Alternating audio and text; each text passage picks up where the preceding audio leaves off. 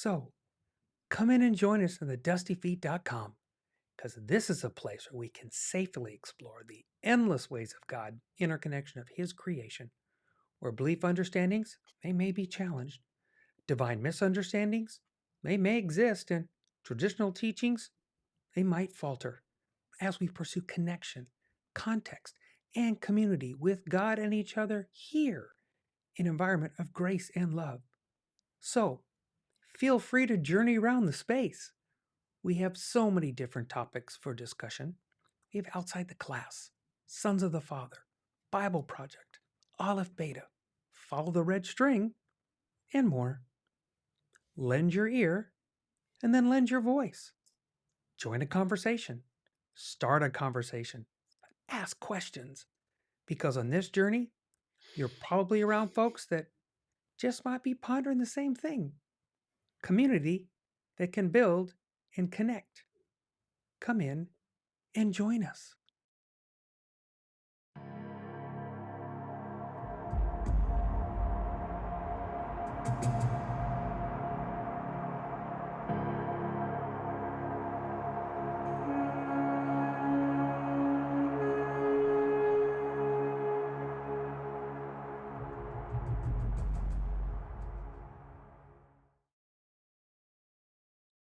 So, good evening.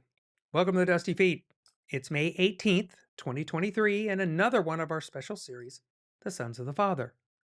We are continuing with The Chosen, created by Dallas Jenkins, and we'll be talking about Season 2, Episode 2, I Saw You. So, during these discussions, my dad, John Warren, my brother, Jim Warren, and myself will be chatting about this series and the things that have impacted us along the way. So, welcome to The Sons of the Father.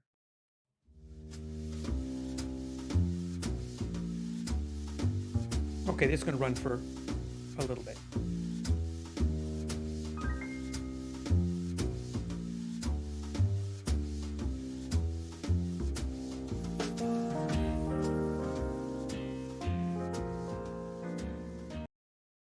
In the description below are links to all of the audio, video, and source documents that we use here in the Dusty Feet.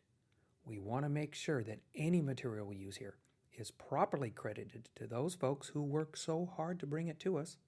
Without their efforts, the learning we do here does not happen. And remember on YouTube, don't forget to subscribe and click that bell icon if you want.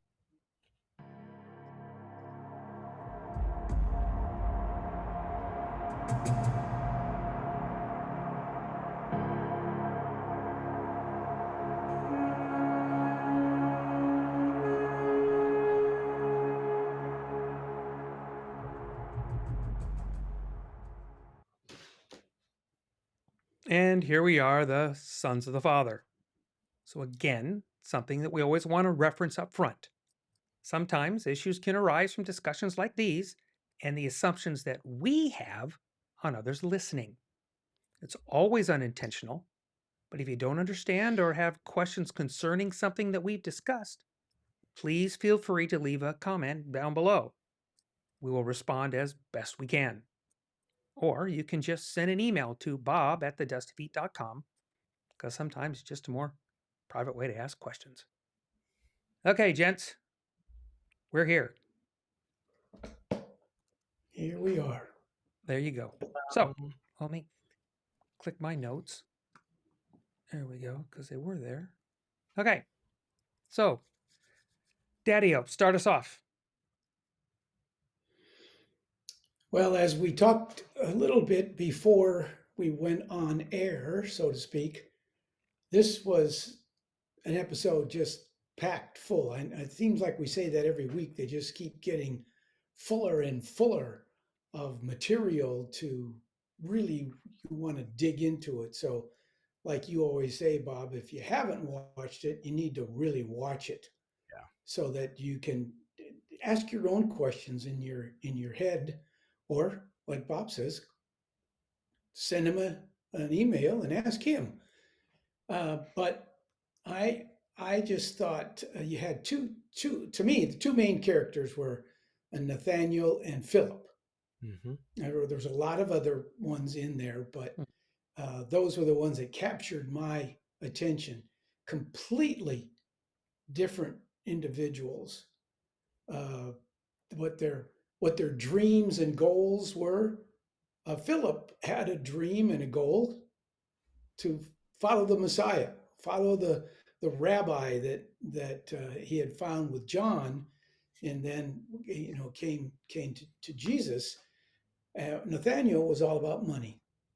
Mm. I could much more identify with Nathaniel than Philip, and I wanted to make money, and I wanted to have salons all up and down the coast, and the other thing that several things caught me, but the next thing that caught me was they um, they both had their lives planned. Philip was going to follow John. That was Mm. his. That's what he was going to do, and Nathaniel was going to become a famous architect. But the thing that was undermined all of that was they both loved God and they wanted to follow God more than anything else. So you see their lives in this episode completely change. And as I'm going to give you guys a chance to see your first comments before we get into it, just to see if you saw the same thing I did through your eyes, because I saw both of you as well as myself in Mm. those two characters, Philip and Nathaniel. Hmm. Okay, Jimmy, I'll let you jump first. Hmm. Interesting. I didn't look at Nathaniel as wanting money. I think I looked at him as being passionate about building something beyond himself. Building something grand for God. Um, Hmm. but still, that there was a focus there. Obviously, to do that, you're going to probably be successful. He wanted the contract with Rome, and so on. Um, but obviously, very passionate about what he wanted to do. Um, what I'd be curious. I'm gonna guess you were probably looking. I don't know though. I don't know. Now you got me thinking. And you see Bob and I both. I probably identify more with Philip being this fringe kind of guy. Um, I don't know if I ever told you guys this story. Back in, I was probably 20, maybe 30 years ago, after high school. Adult, might have been after one of the reunions or something. I can't remember.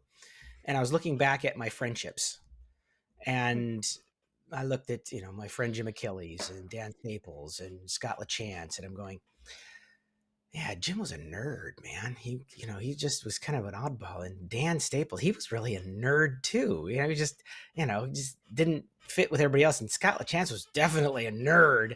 And I went, oh my gosh, I was a nerd. And all of a sudden I realized I hung out with those guys because that's who I was. I thought I was just befriending some fringe kinds of people. Said, no, I was a nerd. And I was this outsider kind of guy. It's like I could I was friends with a lot of people, but my crew was the nerds. I had a more recent situation where I've been reading a lot about people with ADHD, and going, oh, that's interesting. Okay, that's it. All of a sudden, I realized I've got ADHD, and it threw me.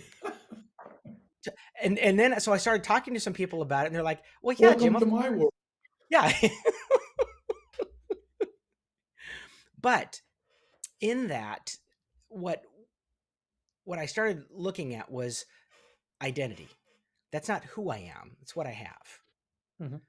And what I love about when I'm looking at these disciples, and I'm looking at, Philip in particular, who's like, I've lived on the outside so long, I've just gotten used to it.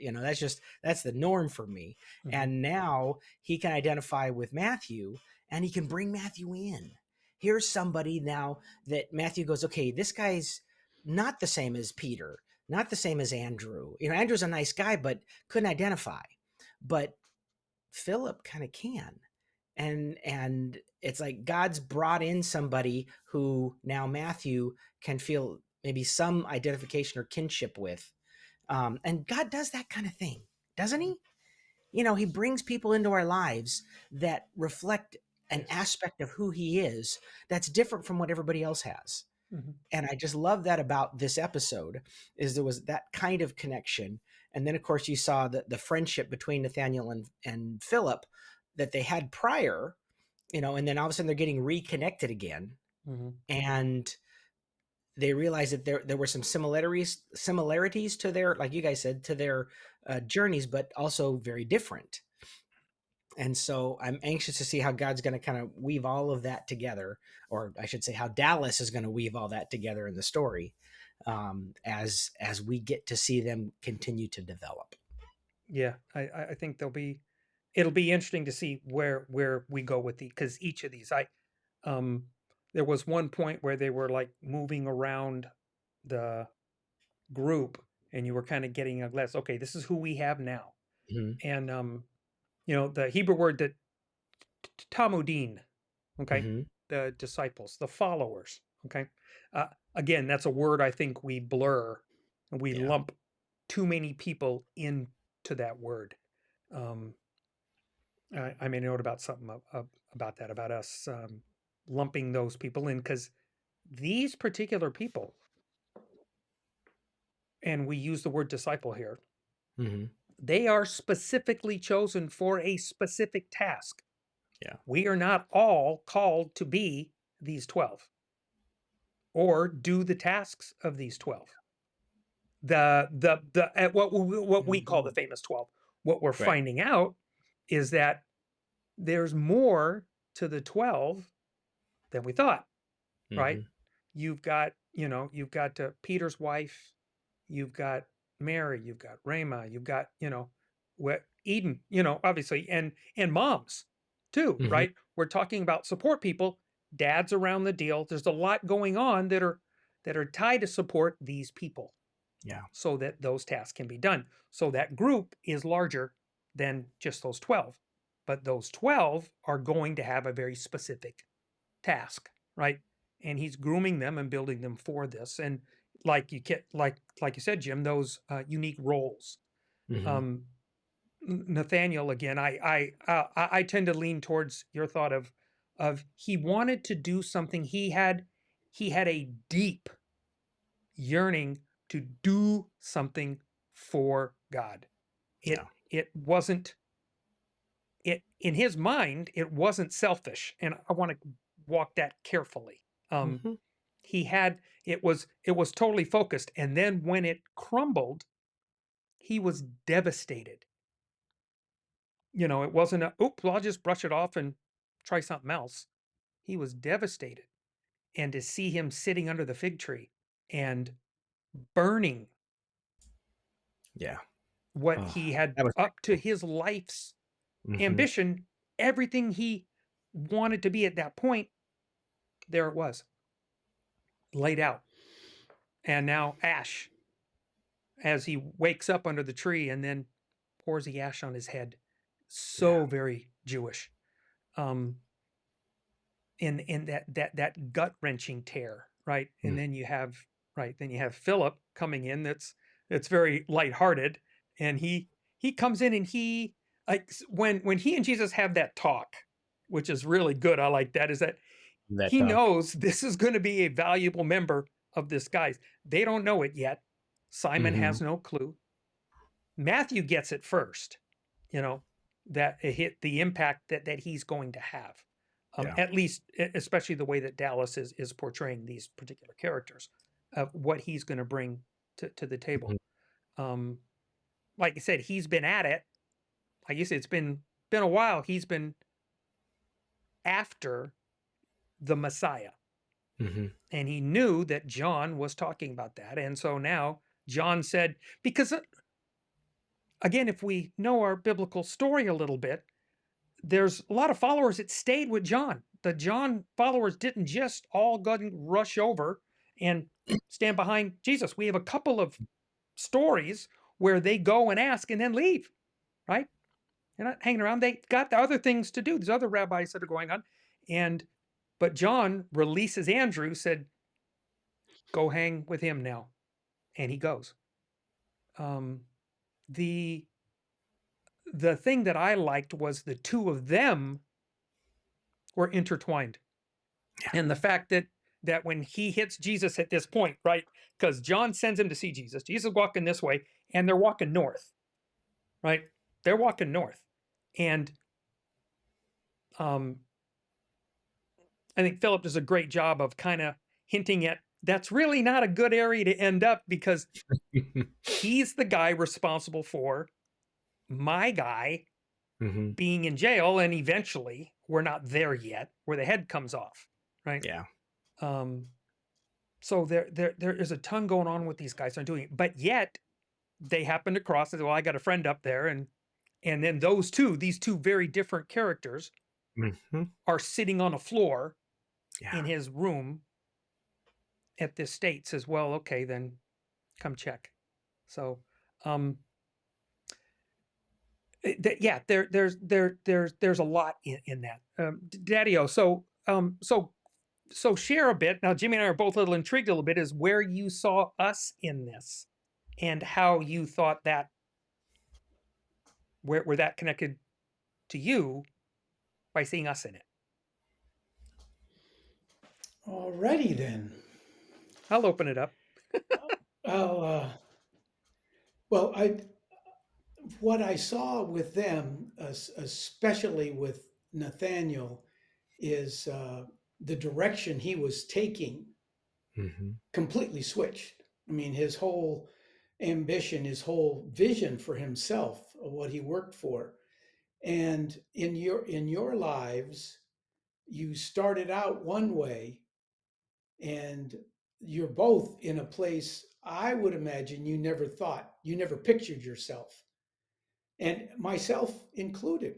And I think that's the wonderful part of this story is don't don't ever put God in a box. If God opens a door, and we were talking before about Gideon and all that, uh, if God opens a door, man, don't cheat yourself. Go through that door. And Jim at 14 didn't come to me, but we were talking about what does he want to be, and he wanted to be a pastor. And I just, oh my gosh, I thought, what a horrible idea. I offered, I said, I'll, that, remember we were going to get into that duplicating uh, VHS Hmm. and business and anything but being a pastor. But that was all he ever wanted to be. And now he's working at Home Depot, which he never pictured himself. But his church at Home Depot is bigger than any church he ever pastored because there's, I mean, the amount of people that he can reach by what he's doing now. And Bob, you wanted to be a famous, well, I don't know whether you wanted to be a famous, I imagine so, at least a good hairdresser. Back, that was your first thing. You were willing to move to Canada to avoid the draft. You swore you were moving to Canada if they ever came after you. What did you do? You went and joined up. You when you told your mother and I you joined up, we like it's the pod people. What did they do with our son? But that's the beauty of this story is that don't ever put your God or yourself in a box. Allow yourself to be used by him because he will take you places like he has with the three of us, more exciting, more interesting, more impactful. We have a bigger passion for it, all because of him. Hmm. And that's what they discovered as well. I saw Philip as the peacemaker. I mean, from the time that he walked in the group and they saw him standing off in the distance, he just comes over and he's joking around with them. They're trying to rile him up, and he won't rile. And when he comes into the group, the first thing he does is he befriends Matthew not by defending him, but by coming alongside of him and says, let's go find some dry wood.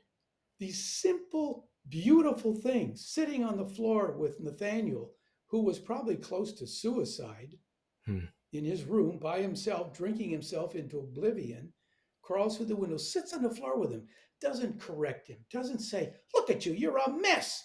Get yourself together, man. Where do you think the Messiah is going to look at you? He didn't. He sat on the floor with him and talked with him and said, come Mm-hmm. and see. And then, of course, he did. And I'll let you guys carry on that one because I just get teared up just thinking about that. Don't look at Jesus says. Don't look at him. Look at me. That's what he's saying to every one of us. Yeah. Don't look at that pastor. Don't look at that boss. Don't look at that career. Look at me. Hmm. So that was a good episode. So, okay, Jimmy, what's brewing?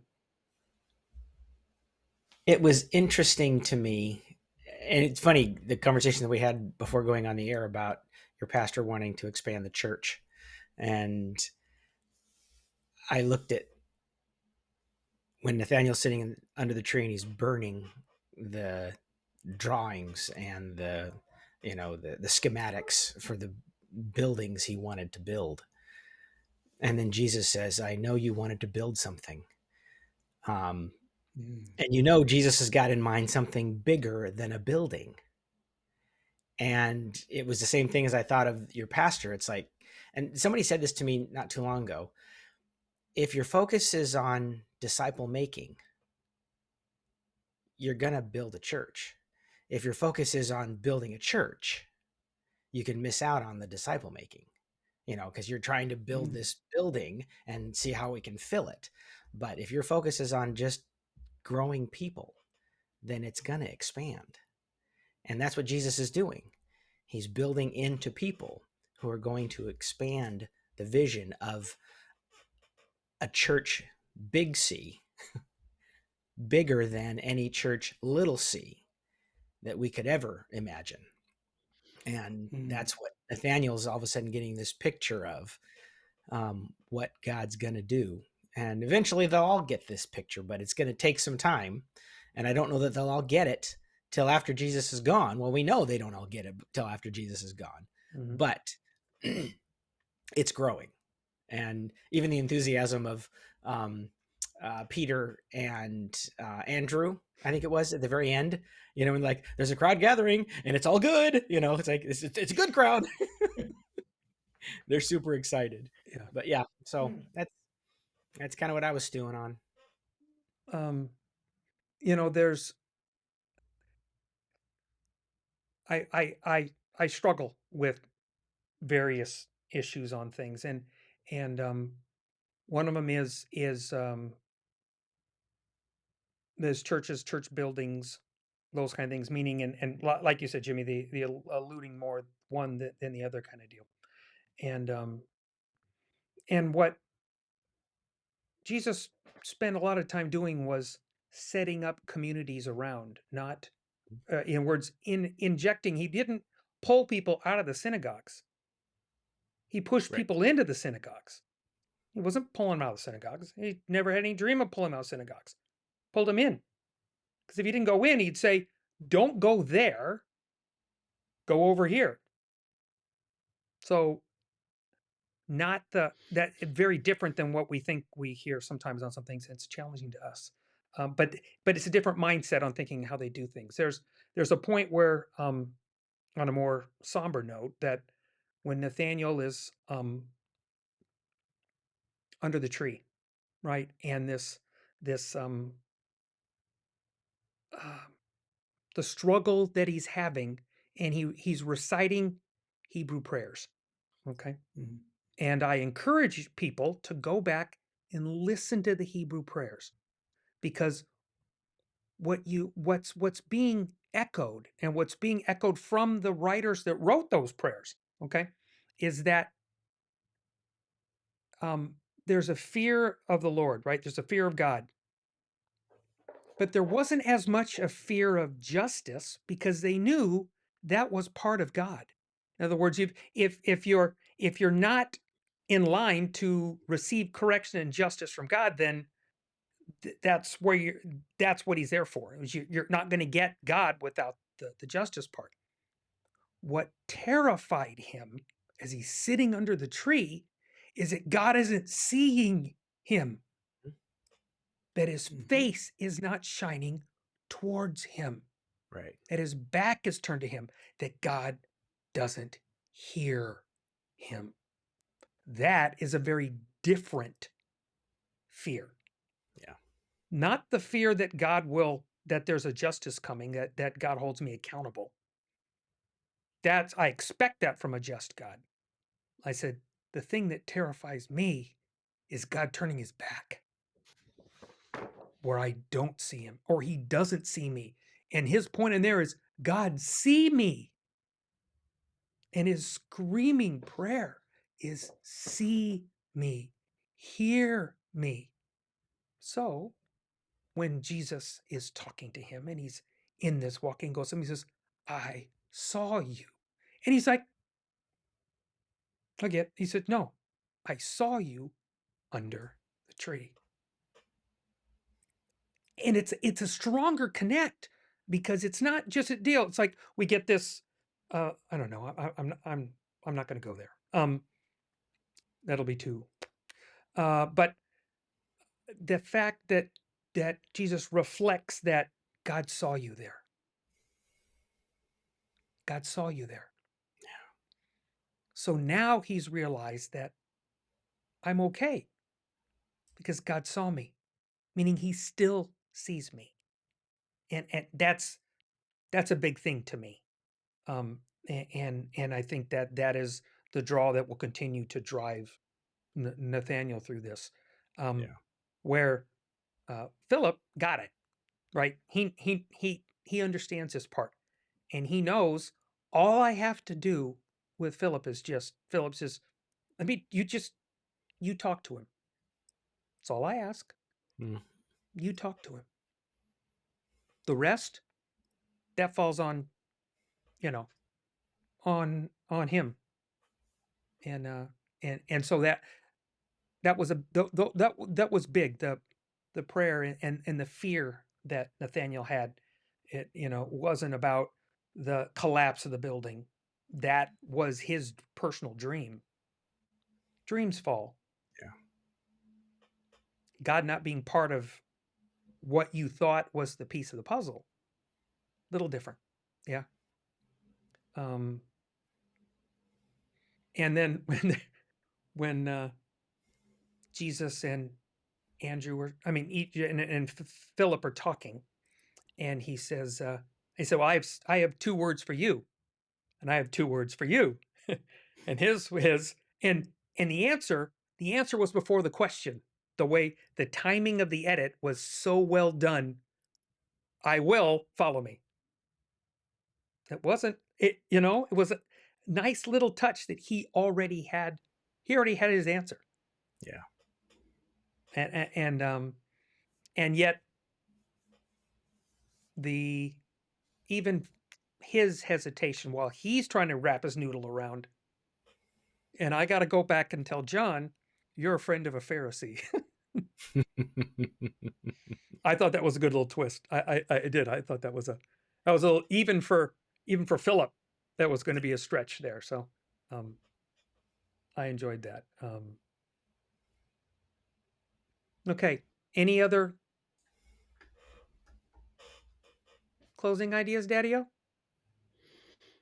Uh, I identify, uh, I don't think that I'm on the spectrum, but I think that it was interesting, Philip and Matthew's interaction when they were both walking to get the wood and talking together.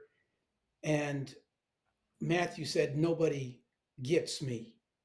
Mhm. And I felt like that in school, not because I was a nerd and way up here, but because I was way down here. Hmm. and being dyslexic and ADHD, uh, they just, I didn't have a lot of friends, but um, and so I identified a little bit with Matthew in that. And what I loved, what Philip said was, uh, he chose you. That's all that matters. Hmm. I was just looking at You my know, notes. Yeah. and I'm different. They define us by our past. Hmm. When he was talking about the group and what the issues were there, why Matthew felt like on the outside because of what he did. Well, if you define me by my past, you would never tell anybody that you had a father. You know, none of us. And what I want to be like Philip when I grow up, I want to be the kind of guy that's always looking for how the good Hmm. in people, the good in Nathaniel, the good in Matthew, the good in Peter, and all those guys. He Mm, just he just went along with it. He mm, didn't give in to them or any of that. He felt so secure in his own relationship with God is a beautiful thing. So yeah. that's just another thing that I took away from it that I really enjoyed. James. It's funny when you said that. It reminded me. They kind of looked at Philip as this kind of crazy guy. They from minute one they thought he's nuts. And I saw a movie years ago. It was from a book called Peaceful Warrior. Hmm. Nick Nolte's in it, and a young guy who's a gymnast, and it's kind of based sort of loosely on a guy's real life experience. Um, but in there, at one point, um, he grabs the young guy and he throws him off a bridge into some water. And the guy's just livid. Why'd you do that? And he said, because I needed to get you out of your head. I needed you to be present, and you were all over the place. I needed you to be focused. And in that moment when you were flying over the bridge, what were you thinking? Ah! Very focused. And the young guy says to Nolte's character, "You're out of your mind." And Nolte's character says, "I've been working on that my entire life, to get out of my head, Yeah. stop overthinking, stop over, processing stuff, and Mhm. just be present." And that's what I felt like Philip was. Just very much present with Yeah. whoever he was with in the moment, whether he was with John or Nathaniel or Matthew or even Jesus. He was Mm-hmm. present, Mhm. and that just spoke volumes to me. Yeah, it's it's definitely the way Dallas appears to be writing him as, and and it's very evident in not only his character and how he portrays it, but it's the balance of these individuals and the pieces that they go and what they're going to bring to the group as a whole, because we know the story, right? We think we know the story. We know Mm-hmm. where it's going, and we know how tumultuous it's going to be. It's not going to get better. It's going to get worse, and um, spoiler alert, it's going to get worse, you know. Um, but we're going to see them work through all of that as they go.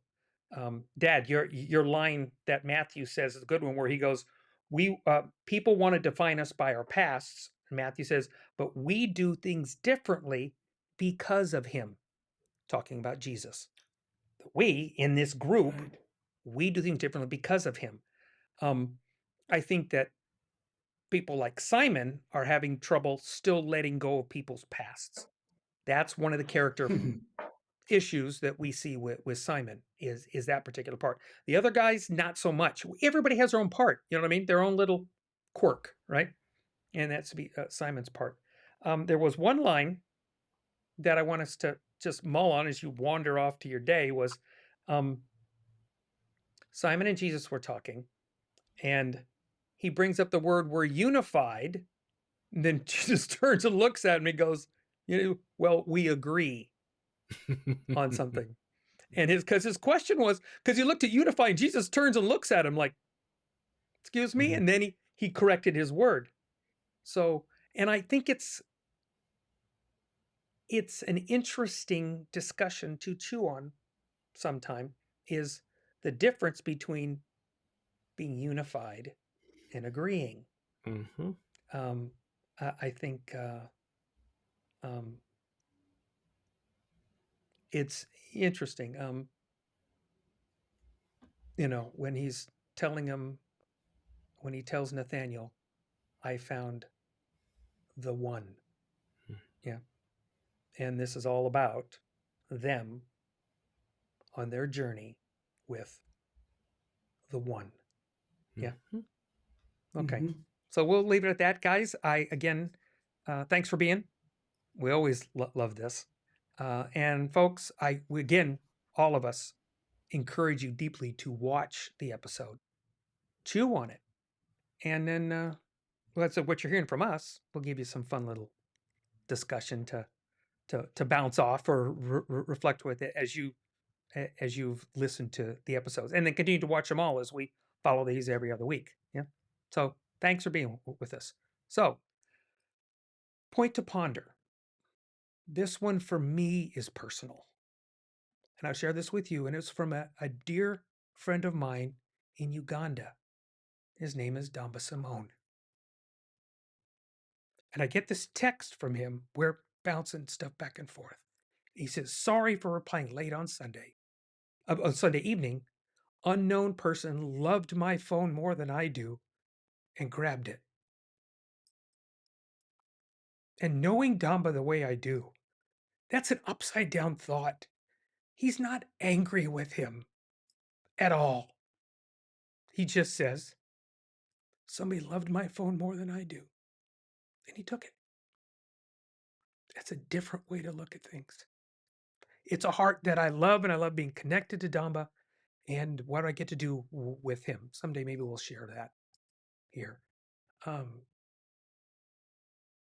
More to think outside the box. And thanks for with us tonight with the Sons of the Father on the Dusty Feet.